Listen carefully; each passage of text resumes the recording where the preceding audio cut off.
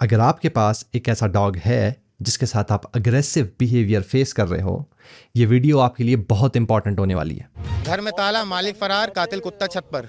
क्या है ये सब? हम कंप्लीटली इस टॉपिक को कवर करेंगे कि क्यों अग्रेशन शुरू होता है, क्या उसके पीछे की साइंस है, जब एक डॉग अग्रेसिव होता है तो उसके दिमाग में क्या चीज़ें चल रही है, उसकी बॉडी में क्या हो रहा है, और उसके साथ साथ किस तरह से आप एक बैलेंस अचीव कर सकते हो अपने डॉग के साथ। और उसका ये बिहेवियर रिसॉल्व करने के लिए मैं आपको exact step by step techniques बताऊंगा जो आप उसके साथ यूज़ करोगे, और over a period of time, थोड़ा टाइम के बाद उसका अग्रेशन में आपको इम्प्रूवमेंट दिखेगी। ऐसा नहीं है कि आपका डॉग कोई बुरा डॉग आपको गलती से मिल गया है, या इस डॉग में ही कोई कमी है, या आपके पुराने जन्म के कोई पाप आ गए, ऐसा कुछ भी नहीं है।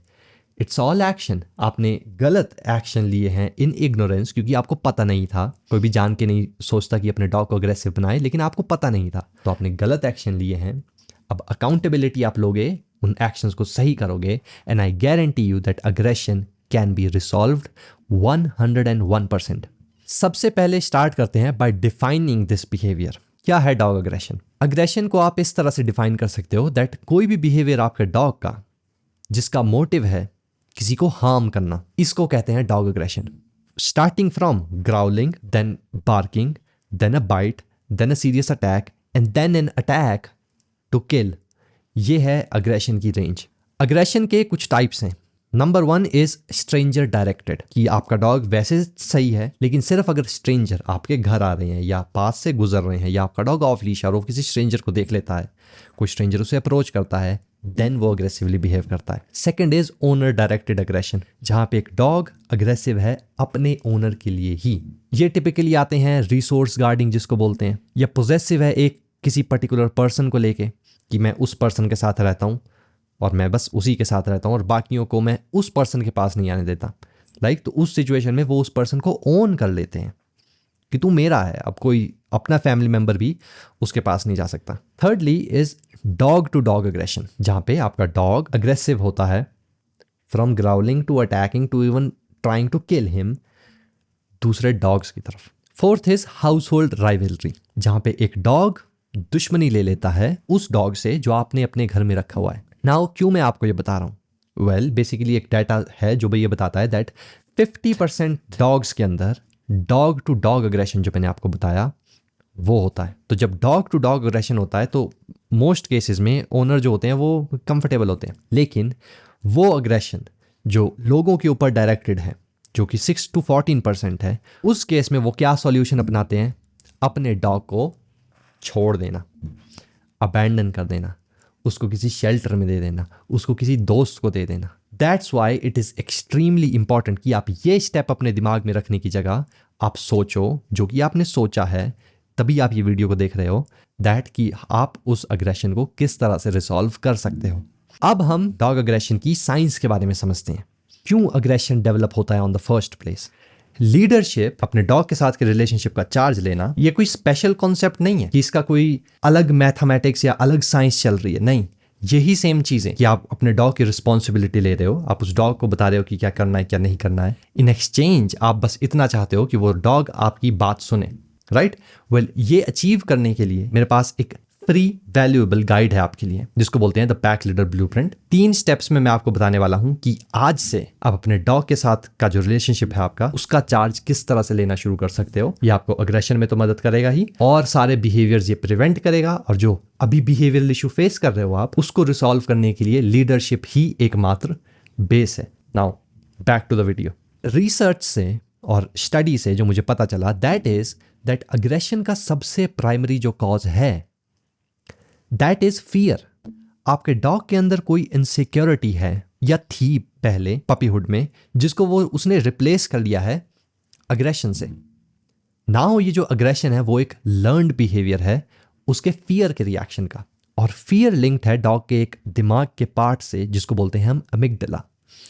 ये पार्ट हाइपर एक्टिव होता है अग्रेसिव डॉग्स में मेनली। तो होता क्या है कि आपका डॉग कोई भी पर्टिकुलर थ्रेट देखता है, इमीडिएटली वो पैनिक मोड में जाता है। इमीडिएटली उसने अब सीख लिया है कि अगर मैं अग्रेसिव होऊंगा तो वो जो थ्रेट है वो चला जाएगा। अब उसने, आई गारंटी अगर आपके पास एक अग्रेसिव डॉग है, उसने ये पहले स्टार्टिंग में थोड़ा प्रैक्टिस किया आपके साथ, आपके ऊपर थोड़ा ग्राउल किया, किसी के ऊपर बार्क किया, दूसरे डॉग को बुली किया और वो डॉग भाग गया। नाउ अब उसका ये लर्नड बिहेवियर है अपने फियर से छुटकारा पाने के लिए। तो अब वो ज़्यादा इंटेंसिटी के साथ अग्रेसिवली बिहेव करता है क्योंकि उसका ये बिहेवियर एनग्रेन्ड है उसके अंदर, और वो जानता है कि अगर वो ऐसा करेगा तो वो सोल्यूशन निकल जाएगा।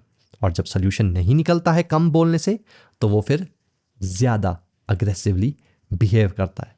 तो ये पार्ट है एमिगडाला जो उसके दिमाग का हाइपर एक्टिव है अगर आपका डॉग अग्रेसिव है। Second is called the prefrontal cortex. Dog का इंसानों के मुकाबले इतना ज़्यादा डेवलप तो नहीं होता है, लेकिन फिर भी उनके हिसाब से बहुत होता है। वो डॉग्स जो अग्रेसिव होते हैं, मेन बात क्या है दैट ये जो प्रीफ्रंटल कॉर्टेक्स है ये काम करता है अबाउट डिसीजन मेकिंग में, क्या करना है क्या नहीं करना है। और जो मैं आपको सॉल्यूशन में अच्छे से बताऊंगा कि इन चीज़ों को किस तरह से मैनेज करना है। होता क्या है कि जब ये अंडर एक्टिव होता है तो डॉग सही डिसीजन नहीं बना पाता। डॉग को इम्पल्स कंट्रोल जिसको बोलते हैं, दैट वो डॉग चाहता है कुछ करना लेकिन नहीं कर सकता है क्योंकि आप उसे डांटोगे। ये डिसीजन बनाने की जो कैपेबिलिटी है वो आती है थ्रू प्रीफ्रंटल कॉर्टेक्स। और लोग इस तरह का लाइफस्टाइल जीते अपने डॉग के साथ, उल्लू के पट्टे कुछ नहीं करते। आप नहीं, आप तो अच्छे हो। कुछ लोग होते हैं जो कुछ नहीं करते अपने डॉग के साथ, तो इस वजह से उनका जो दिमाग का प्रीफ्रंटल कॉर्टेक्स है वो अंडर स्टिमुलेटेड और वीक रहता है। तो एक तरफ से अमिगडाला हाइपर एक्टिव है, दूसरी तरफ से प्रीफ्रंटल कॉर्टेक्स वीक है।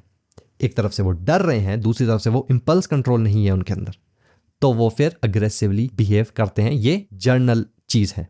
इसके साथ ही साथ there are some neurotransmitters, mainly मैं आपको फटाफट बता देता हूँ। एक है वैसोप्रेसिन। ये एक ऐसा न्यूरोट्रांसमीटर होता है या हार्मोन, ज़्यादातर लोग इसे बोलते हैं, जो आपके डॉग की बॉडी में अगर ज़्यादा मात्रा में होता है तो वो उसका ब्लड प्रेशर, जेन्युइनली उसकी बॉडी का ब्लड प्रेशर बढ़ा देता है।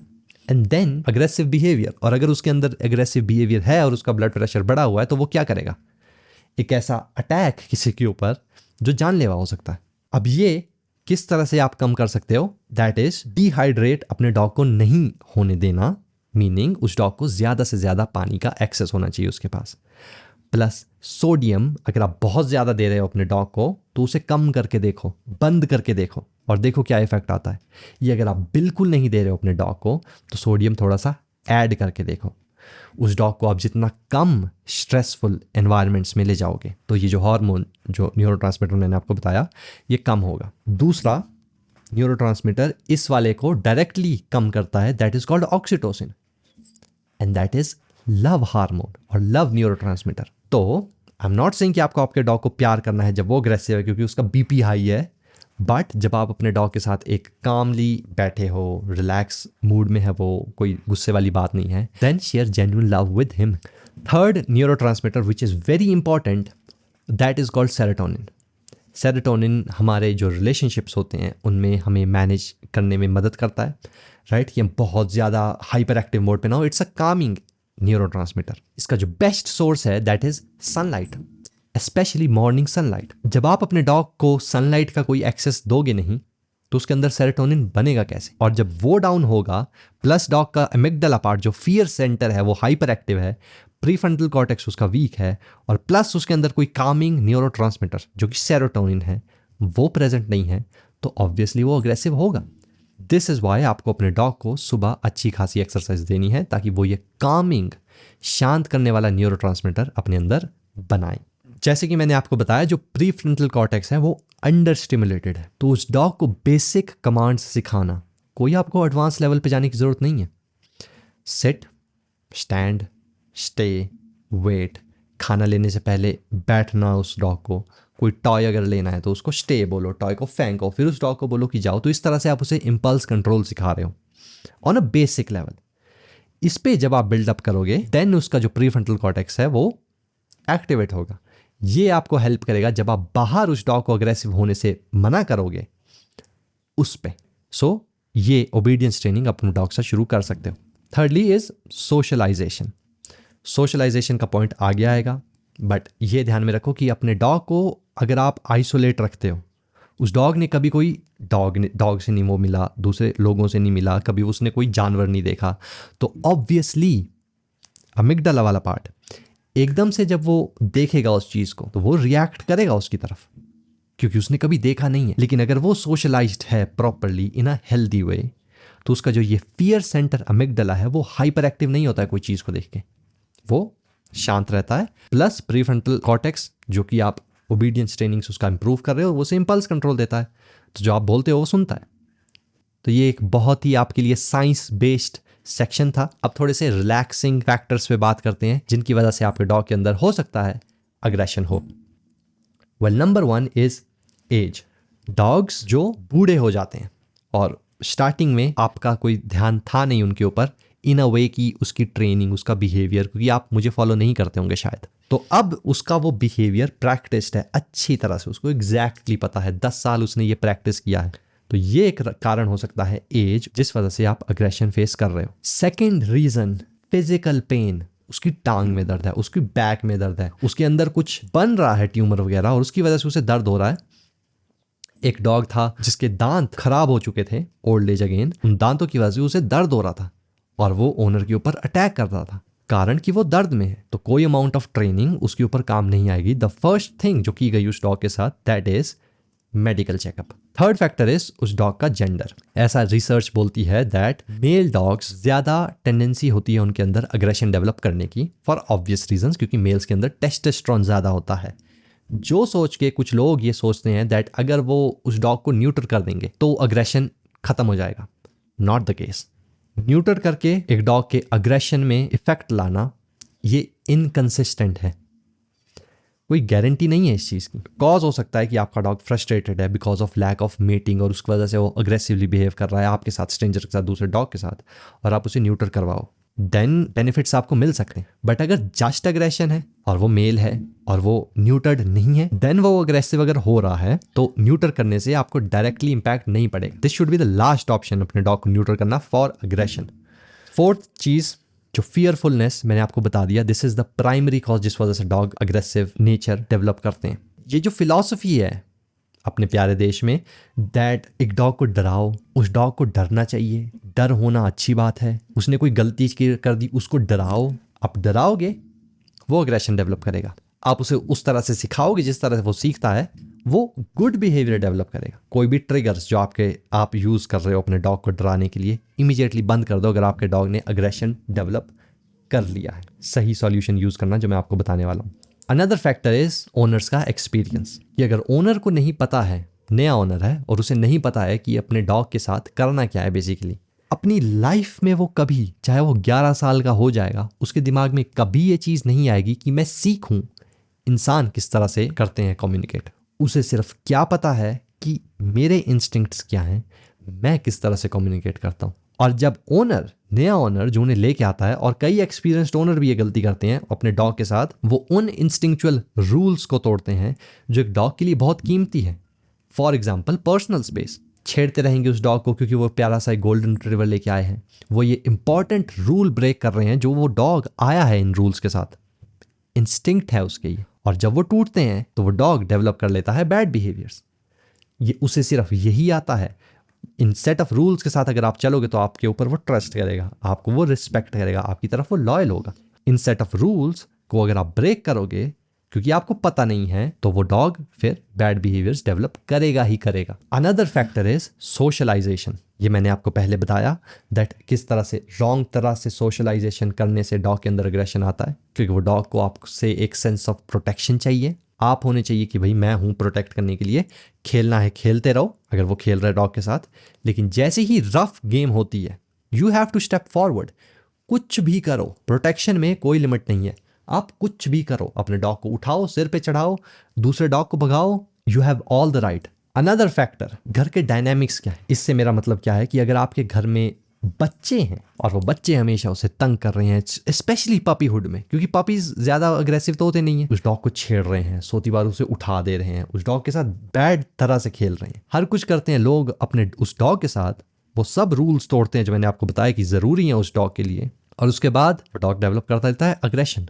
तो ऐसा नहीं है कि अगर आपके घर में बच्चे हैं तो आपका डॉग अग्रेसिव होगा, नहीं। अगर आप उन बच्चों को समझाओगे वो रूल्स, तो आपका डॉग कंफर्टेबल होगा उन बच्चों के साथ और प्रोटेक्ट करेगा उन बच्चों को, उन बच्चों की तरफ लॉयल होगा, उन बच्चों की बात सुनेगा। डाइट का बहुत खास रोल होता है। तो ज़्यादा डिटेल में जाने की बजाय मैं आपको सिंपली ये बता देता हूँ कि अगर आपका डॉग अग्रेसिव है तो हो सकता है कि उसके गट में बैक्टीरिया की कमी हो। तो प्रोबायोटिक्स अगर आप कहीं से लो, पेट शॉप से वगैरह से, अपने वेट से पूछ के। तो प्रोबायोटिक्स आप अपने डॉग को देना शुरू कर सकते हो। नेचुरल सोर्सेज अगर आपको चाहिए तो आप उसके योगर्ट, दही अगर वो नॉर्मली पचा लेता है वो उसे दे सकते हो ताकि उसके गट में हेल्दी बैक्टीरियाज बने। और low protein diet, low quality diet नहीं मैं बोल रहा हूँ, low protein diet. It is necessary for a dog कि वो चिकन खाए, कि वो एग खाए या वो बाकी और चीज़ें खाएं, लेकिन इन चीज़ को आप कम मात्रा में दो। कार्ब्स और फैट्स की परसेंटेज ज़्यादा रखो। ये हेल्प करती है अग्रेसिव बिहेवियर को मैनेज करने के लिए। मैं ये नहीं बोल रहा हूँ कि अगर हाई प्रोटीन डाइट दोगे तो आपका डॉग अग्रेसिव होगा, बट अगर डॉग अग्रेसिव है तो शिफ्ट हो लो प्रोटीन, हाई फैट और मीडियम कार्बोहाइड्रेट्स वाली डाइट पे। Last factor is exercise. अगर आप एक्सरसाइज को ऐसा समझते हो कि उस डॉग को 10 मिनट घुमाओ ऑन लीश ताकि वो पॉटी कर ले और उसके बाद घर आए, और क्योंकि हमारे पास एक बहुत बड़ा टेरिस है वो वहाँ पे घूमता रहता है, अग्रेशन आएगा ही आएगा। वो एक डॉग है, वो बना है कि वो शिकार करे। उसके पूर्वज शिकार करते आए हैं, दिन भर 10-10 किलोमीटर भागते हुए, दूसरे जानवरों को पकड़ना, उन्हें मारना, उन्हें फिर अपने घर लेके आना। डॉग्स कई किलोमीटर्स दूर जाते हैं खाना ढूंढने के लिए, और जब आप एक ऐसे प्राणी को अपने घर में लेके आते हैं और आप उसे एक कमरे में, एक घर में, सेम एरिया में वो घूम रहा है, उसका दिमाग ऑटोमेटिकली पागल होता है। वो आपकी तरह फ़ोन नहीं चला सकता। अगर आप पूरा दिन सिर्फ एक कमरे में बैठे रहोगे बिना फ़ोन के, बिना इंटरनेट कनेक्शन के, आप भी पागल हो जाओगे, आपके अंदर भी अग्रेशन डेवलप हो जाएगा। तो ये थे फैक्टर्स। नाउ बहुत जल्दी से हम ये बात करते हैं कि ब्रीड का क्या रोल होता है अग्रेशन में। आपको लग रहा होगा कि क्योंकि डॉग अग्रेशन की बात हो रही है मैं बोलूँगा that stay away from pit bulls, pitbull से दूर रहो। वेल, अगर आप रिसर्च देखो और जो आप डाटा देखो वो बोलता है दूर रहने को चिवावा से, जैक रसल टेरियर से और अकीता से। ये डॉग्स हैं जो सबसे ज़्यादा रिपोर्टेड हैं for aggression. Not pit bulls, not Rottweilers, not German Shepherds. Small size dog breeds. Chihuahua. Well, क्यों? मैंने आपको बताया अमिगडला, डॉग का फियर सेंटर। तो ये हो सकता है दैट क्योंकि वो डॉग छोटा है तो उसका फियर सेंटर ज़्यादा एक्टिवेटेड है। ऑब्वियसली अगर कोई डॉग ग्रेट डेन है तो वो डर नहीं रहा है मेरे से, वो उसको पता है वो मैनेज कर लेगा, तो उसका फियर सेंटर रिलैक्स्ड है। लेकिन एक चिवावा जो छोटा सा है वो डरेगा मुझसे ऑब्वियसली।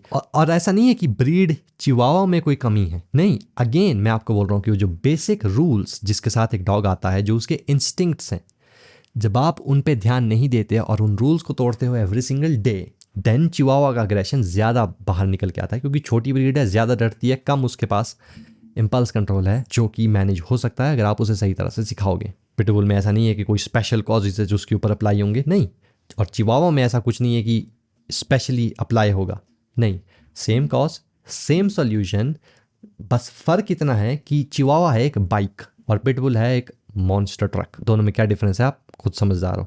तो अभी तक हमने ये डिस्कस किया कि क्या कॉजेज़ हैं जिस वजह से एक डॉग के अंदर अग्रेशन डेवलप होता है। कहीं कहीं मैंने आपको थोड़ी थोड़ी टिप्स दी। अब हम डायरेक्टली बात करते हैं सॉल्यूशन के लिए। सॉल्यूशन में जाने से पहले एक छोटा सा रिमाइंडर मैं आपको वापस देना चाहता हूँ दैट अगर आप अपने और अपने डॉग के साथ का रिलेशनशिप का चार्ज लेना चाहते हो इन a proper way, in a structured way, तो आप डिस्क्रिप्शन से एक फ्री गाइड डाउनलोड कर सकते हो। 3 स्टेप्स में मैं आपको बताऊंगा कि आप पैक लीडरशिप का रोल किस तरह से ले सकते हो आज से। तो make sure download it and use it.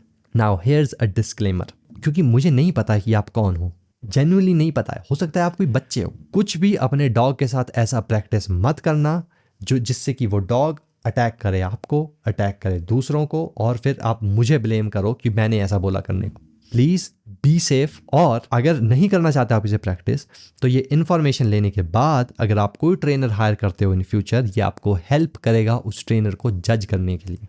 ये आपको ये बताएगा कि क्या उस ट्रेनर को पता भी है कि वो कर क्या रहा है, या वो जो टेक्निक्स यूज़ करने की बात कर रहा है या जो अप्लाई कर रहा है वो कैसी, क्या उसने आपसे बात की कि कॉज क्या है बिहेवियर का, क्या उसने आपसे पूछना चाहा, या फिर वो डायरेक्टली बोला कि नहीं नहीं नहीं दे दो, मेरे पास कोई दिक्कत वाली बात नहीं है, मैं ठीक कर दूंगा इसको।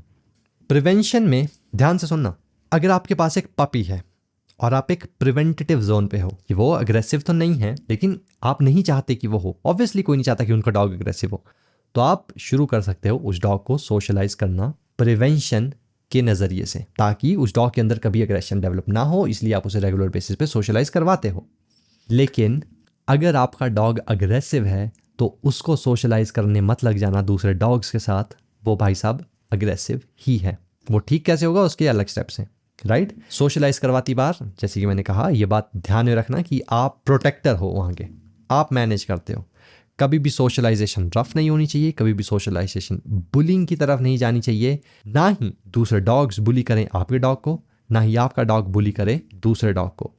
यू आर द प्रोटेक्टर, ये आपकी ड्यूटी है। जैसे अब अगर आप शुरू कर रहे हो सोशलाइजेशन कराना, तो स्टार्टिंग में टाइमिंग थोड़ी कम रखो, 5-10 मिनट। उसके बाद जैसे आप देखते हो कि डॉग कंफर्टेबल है, डॉग के ऊपर ज़्यादा कोई स्ट्रेस नहीं हो रहा है, देन आप टाइमिंग अपनी इंक्रीज कर सकते हो। यह है प्रिवेंशन के लिए। सेकंड, एक्सरसाइज, जो आपको हर चीज़ में काम करेगी। एक्सरसाइज कॉज भी है जिस वजह से अग्रेशन होता है, एक्सरसाइज प्रिवेंशन भी है जिस वजह से अग्रेशन नहीं होता है, और एक्सरसाइज ट्रीटमेंट भी है जिस वजह से अग्रेशन रिसॉल्व होता है। तो क्या एनर्जी लेवल है उस डॉग का, ये आपसे बेहतर कौन जान सकता है? कोई भी नहीं। क्या वो एक ऐसा डॉग है जो 1 घंटे की वॉक के बाद दिन भर रिलैक्स करता है, या फिर वो एक ऐसा डॉग है जिसको 1 घंटे की वॉक से कोई फर्क नहीं पड़ता और वो दिन भर फिर भी हाइपर एक्टिव रहता है?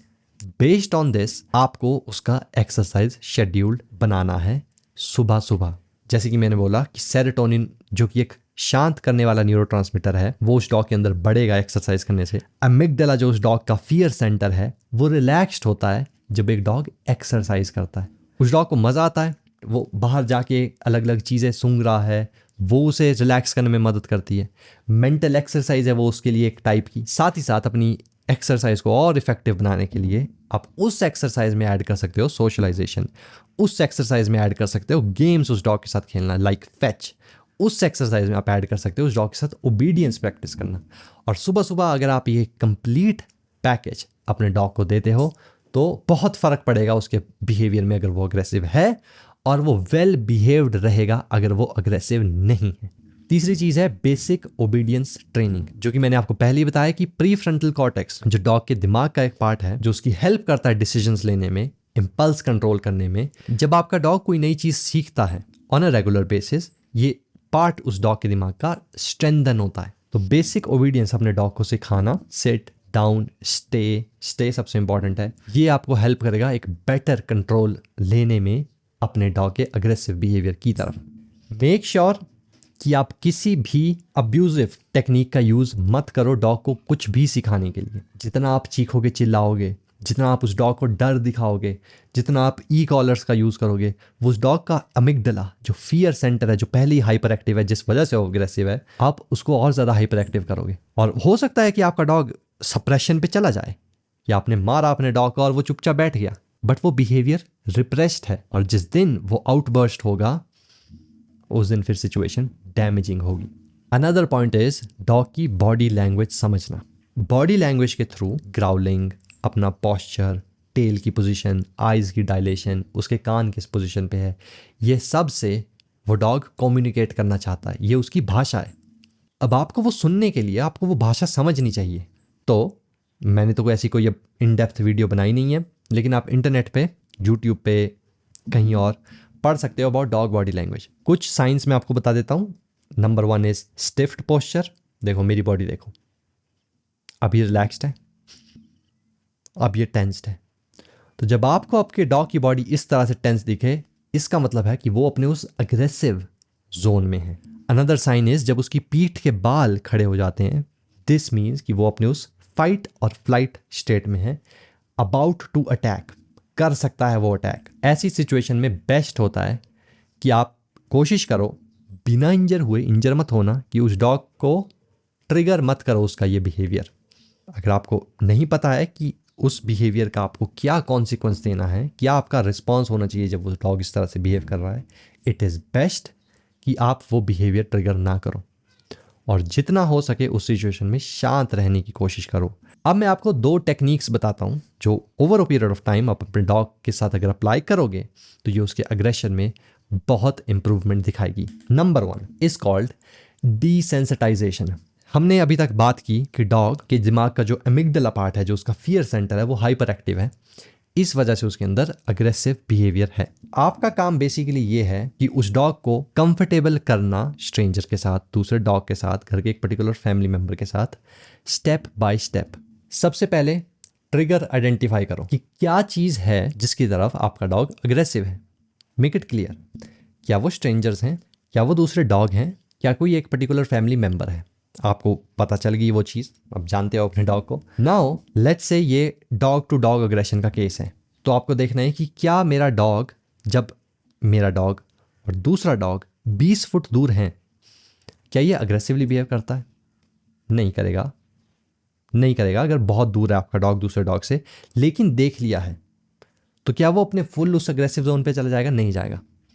तो ये एक प्लस पॉइंट है।